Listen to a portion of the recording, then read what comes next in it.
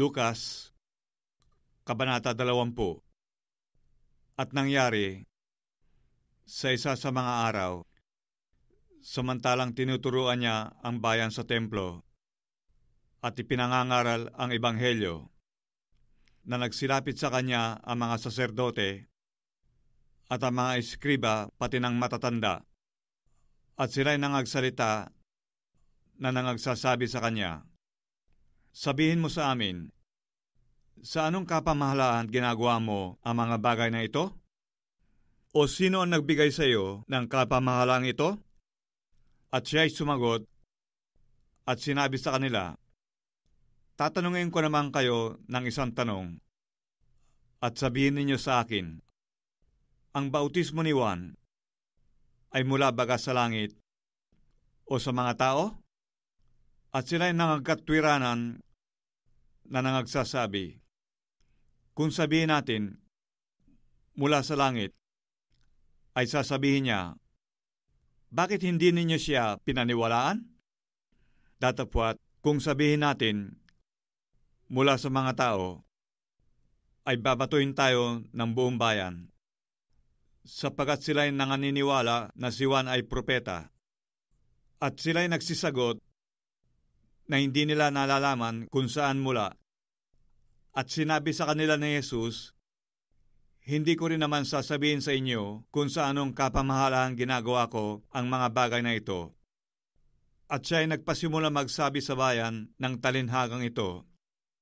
Nagtanim ang isang tao ng isang ubasan at ipinagkatiwala sa mga magsasaka at napasa ibang lupain na mahabang panahon.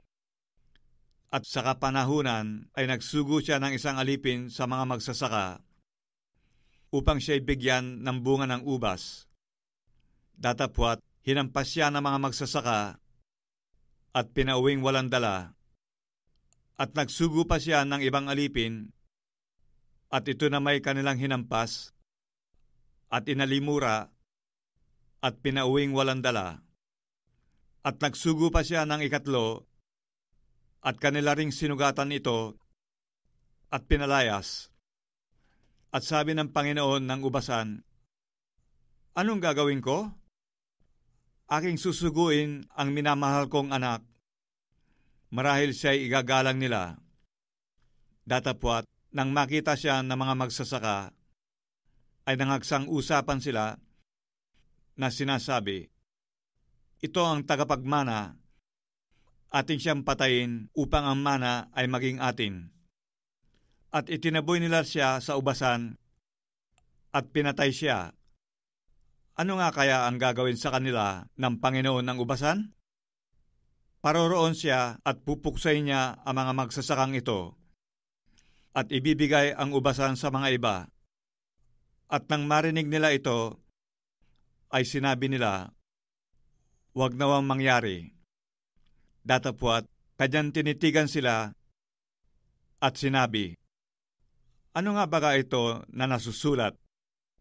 Ang batong itinakwil ng nangatatayo ng gusali ay siya ring ginawang pangulo sa panulok? Ang bawat mahulog sa ibabaw ng batong yaon ay madudurog. Datapwat, sino mang kanyang malagpakan ay kanyang pangangalating gaya ng alabok." At pinagsisikapang siyang hulihin sa oras ding yaon ng mga eskriba at ng mga pangulong saserdote. At sila'y nangatatakot sa bayan, sapagkat nahalata nila na sinabi niya ang talinhagang ito laban sa kanila. At siya'y inaabangan nila, at sila'y nangagsugo ng mga tiktik na nangagpakunwaring mga matuwid upang siya'y mahuli sa kanyang salita, na siya'y maibigay sa pamiminuno at sa kapamahalaan ng gobernador. At kanilang tinanong siya na sinasabi, "Guro, nalalaman namin na ikaw ay nagsasabi at nagtuturo ng matuwid, at wala kang itinatangging tao, kundi itinuturo mo ang katotohanan ng daan ng Diyos. Matuwid bagang kami ay bumuwis kay Cesar o hindi?" Datapwat, napagkilala niya ang kanilang lalang at sinabi sa kanila, Pagpakitaan ninyo ako ng 1 denaryo. Kanino ang larawan at ang nasusulat dito?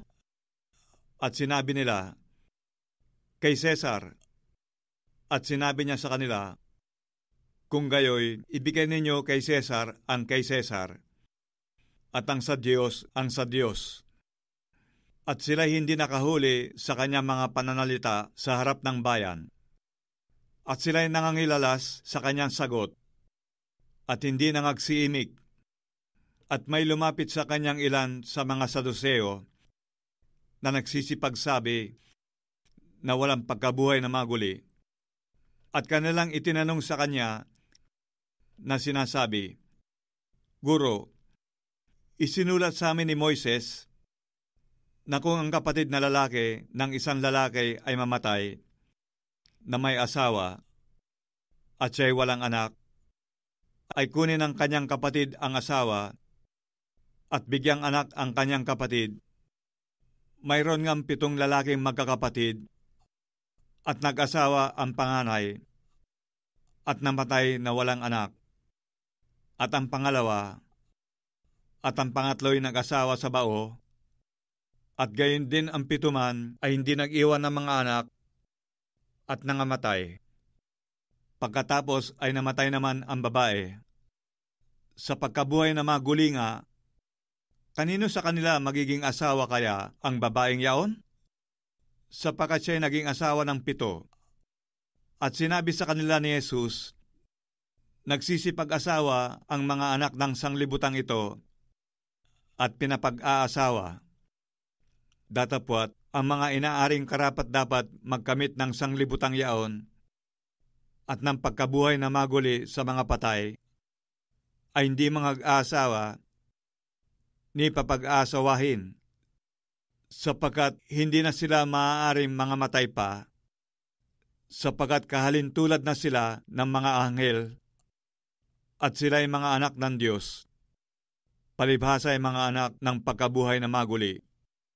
Datapwat, tungkol sa pagbabangon ng mga patay, ay pinakikilala rin naman ni Moises sa mababang punong kahoy nang tinawag niya ang Panginoon na Diyos ni Abraham at Diyos ni Isaac at Diyos ni Jacob. Siya nga'y hindi Diyos ng mga patay, kundi ng mga buhay, sapagkat nangabubuhay sa Kanya ang lahat.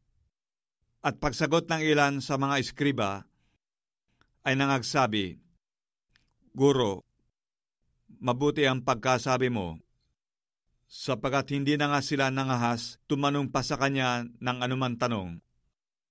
At Kanyang sinabi sa kanila, paano sinasabi nila na ang Kristo ay anak ni David? Sapagkat si David din ang nagsasabi sa aklat ng mga awit, sinabi ng Panginoon sa aking Panginoon, maupo ka sa aking kanan, hanggang sa gawin ko ang iyong mga kaaway na tungtungan ng iyong mga paa. Dahil dito, tinatawag siyang Panginoon ni David, at paanong siya ay anak niya?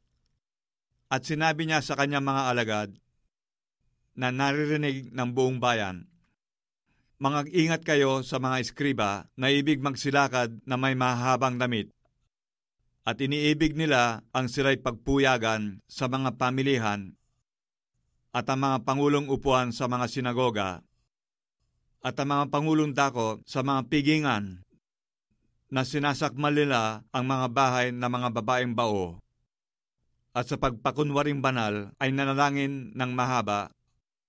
Ang mga ito'y tatanggap ng lalong malaking kahatulan.